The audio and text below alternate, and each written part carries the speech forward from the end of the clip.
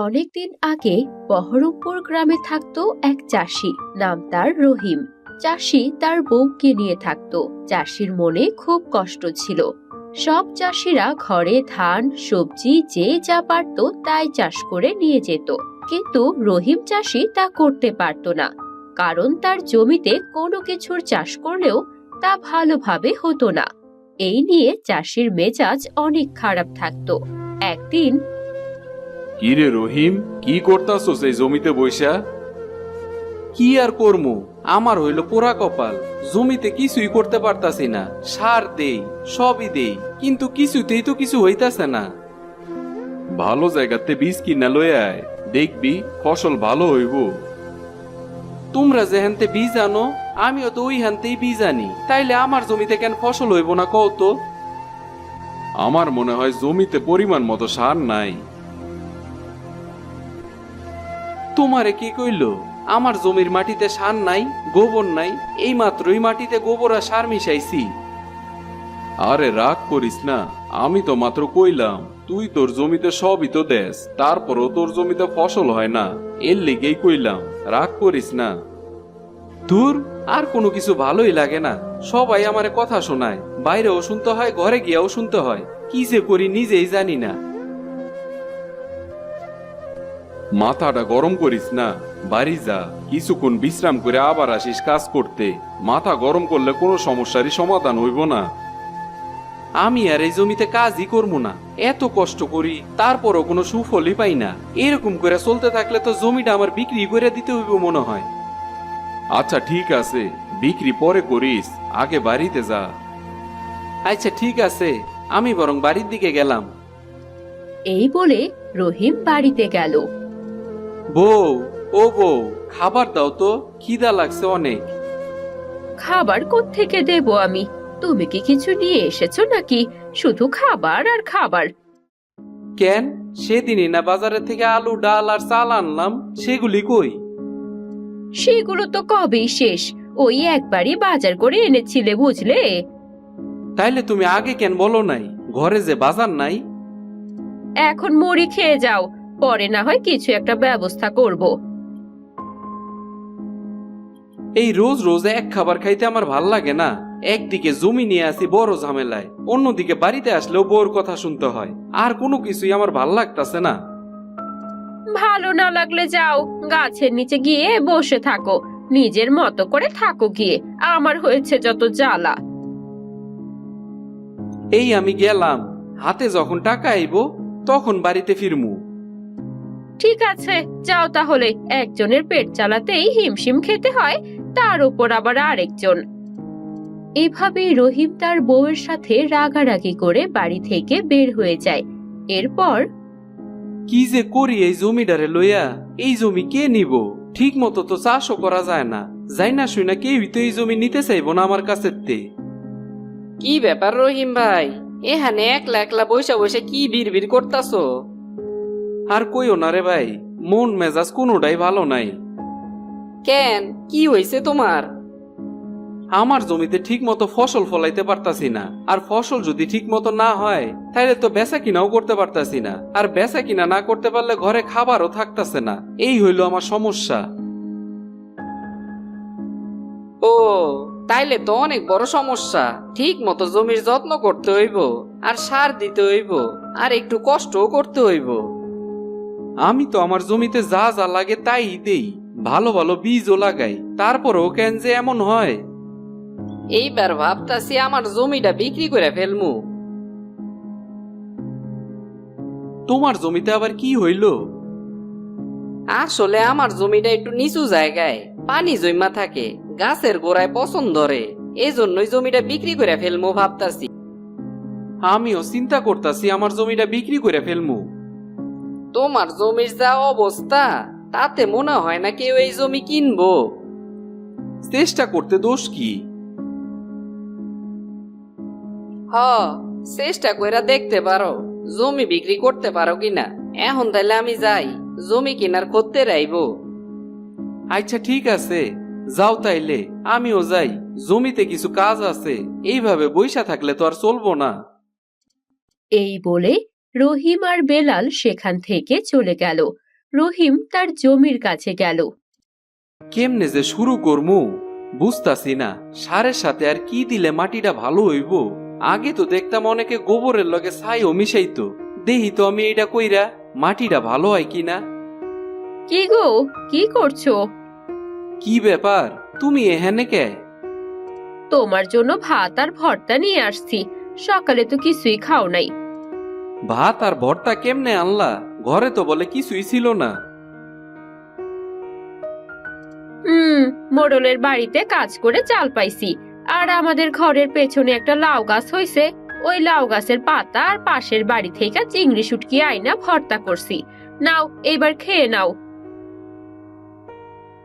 আমার ফসলটা যদি ভালোভাবে হয় তখন পাশের বাড়ির ভাবিরতে যে শুটকিটা নিয়ে আইছো ওইটা দিয়ে দিও।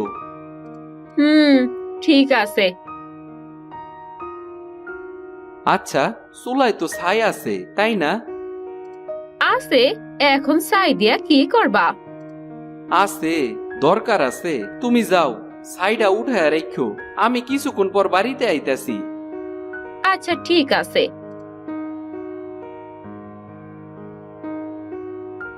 কয়েক ঘন্টা পর। বউ, ছাইটা কই রাখছো? এই তো উঠানে রাখা আছে। আমার একটু গোবর আর সারাই না দাও তো। এই নাও। এইবার এগুলিরে ভালো করে মিশাইয়া দেই, সাথে মাটি আর গোবর দিলাম। বউ, আমার লাগে চলো তো জমিতে। এইবার কোন বীজ লাগাবা? এইবার ভাবছি আলু চাষ করমু। বাজারে আলুর অনেক দাম, আর চাষিরা বেশিরভাগই সবাই টমেটো চাষ করতেছে। আচ্ছা, তাহলে আলুর বীজ নিয়ে যাই। বউ, তাড়াতাড়ি চলো, নাইলে আবার কেউ দেখা ফেলবো। কেন, দেখলে কি হবে? আমরা কি চুরি করতে যাচ্ছি নাকি? আরে হইছে, এত বক বক কইরো না তো। হ্যাঁ, আমি কথা বললেই তো বকবক হয়ে যায়। সুন্দর কথা কারো কাছেই ভালো লাগে না।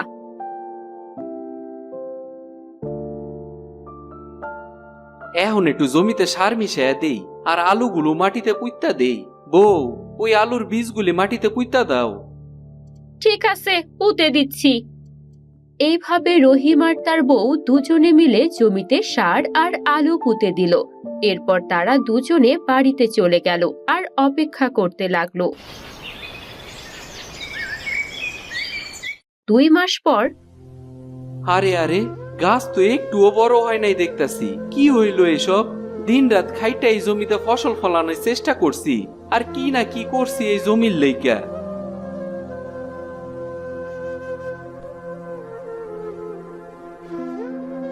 কি ব্যাপার ভাই, তুমি এমন মাথায় হাত দিয়া বসে আছো কেন?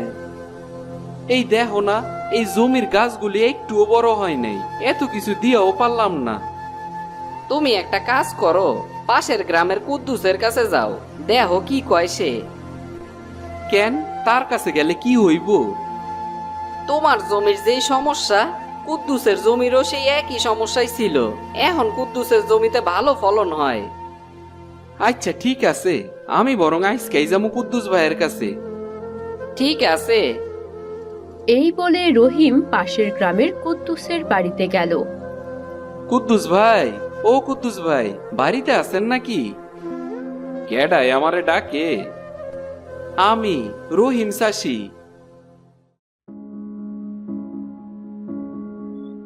রহিম নামে তো আমি কাউরই চিনি না। তুমি কোন গ্রামের? আমি এই পাশের গ্রামেই থাকি। আপনার সাথে একটু দরকারি কথা আছে। তা কি দরকারি কথা? আমার জমিতে কোনো ফসল হয় না। অনেক কিছু দিছি, নিজে সার বানায়ও দিছি, কিন্তু কোনো কিছুতেই কিছু হইতাছে না। কতদিন আর এই জমিতে ফসল হইব না কইতে পারেন? তোমার জমিতে ফসল হয় না, নিশ্চয়ই কোনো কারণ আছে। তোমারে আরো যত্ন নিতে হইব জমিটার।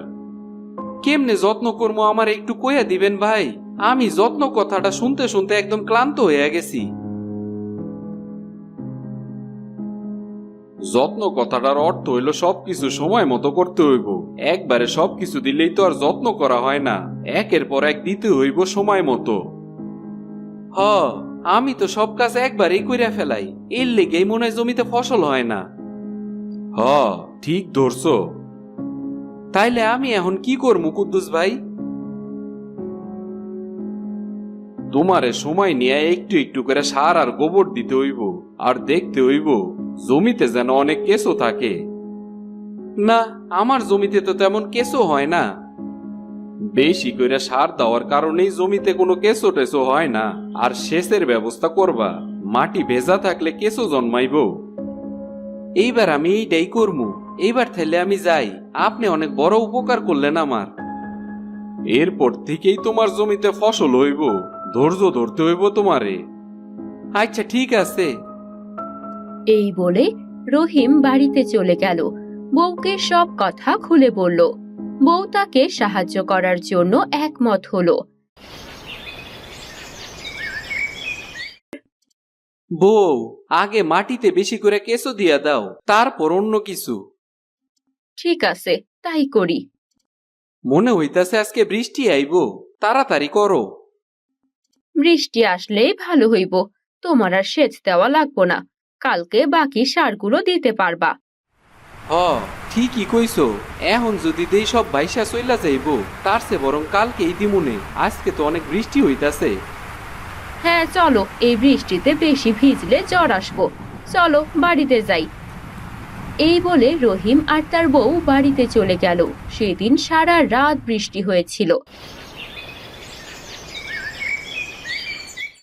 পরের দিন সকালে, কি গো, অনেক বেলা হয়ে গেল যে, যাবে না জমিতে? হ, জামু। আগে যায় দেখে আসি জমির কি অবস্থা। কিছু খেয়ে নাও, মুড়ি আছে তো। না, এখন আর খামু না, সাথে কইরা দিয়া দাও, দেরি হয়ে গেছে অনেক। আরে বা, অনেক কিছু হইছে তো মনে হইতাছে। ভালোই হইল, এবার বরং সার দিয়া দেই। কি ব্যাপার রহিম, তোমার জমিতে তো দেখতেছি অনেক কেঁচো হইছে। শুনছি মাটিতে কেঁচো থাকলে ফসল ভালো হয়, আর মাটি অনেক উর্বর হয়। হ, এই কথা আমারে কুদ্দুস ভাইও কইছে। আমিও তার কাছে শুনছি। কখনোই তো কর নাই আমার এই কথা, আইসকা কেন কইতে আইছেন? কইতে চাইছি, কিন্তু কই নাই, কারণ তুমি বিশ্বাস করবা না, তাই আর কি। হ, ঠিকই কইছেন। আমি আমার ভুলটা ধরতে পারি নাই, আর অন্যের কথাও বুঝতে পারি নাই। এখন আর এমন হইব না। আমিও তোমার এই কথা অনেকবারই কইতে চাইছি, কিন্তু তুমি তো মানতে চাইবা না, তাই আর কই নাই। এইবার আমি বেগুন চাষ করমু, দেহি কেমন হয়। ভালোই হইব। আমার কাছে ভালো বেগুনের বীজ আছে, লাগলে নিতে পারো। তাইলে তো ভালোই হয়, আজকে বেগুনের বীজগুলি বুইনা দিমু। দাও তাইলে, এবার আমি যাই, তুমি বরং যায়া বীজটা নিয়ে আইসো। আচ্ছা ঠিক আছে। রহিম বেলালের কাছ থেকে বেগুনের বীজ নিয়ে জমিতে লাগিয়ে দেয়। কয়েক সপ্তাহ পর, আরে বা, বেগুনের তো অনেক ভালো ভালো চারা হইছে দেখতাছি। এইবার বেগুন গাছে তাইলে বেগুন আইব। এতদিনের কষ্টের ফল তাইলে সার্থক হইব। হ্যাঁ ঠিকই তো, আমি তো ভেবেছিলাম চারা হবেই না। আমার এতদিনের কষ্ট সার্থক হইব যদি দেহি বেগুন গাছে বেগুন আইছে। হ্যাঁ ঠিকই বলেছ। আচ্ছা, এক কাজ করলে কেমন হয়, এই বেগুন গাছের পাশ দিয়ে রসুন লাগালে কেমন হয়? খারাপ কথা কও নাই বউ, তাইলে তুমি এখনই যায় রসুনগুলি নিয়ে আসো, বেগুন গাছের পাশে লাগাইয়া দিমু। ঠিক আছে।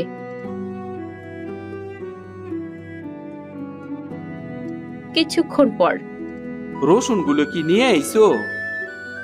হ্যাঁ এই নাও রসুন। দাও দাও, তাড়াতাড়ি রসুনগুলি লাগাইয়া ফেলি, দেরি করা যাইব না। অনেক দিন পর সুখের মুখ দেখতে পামু। আমাদের কষ্টের দিন শেষ হইব, এই তো আর মাত্র কয়েকটা দিন।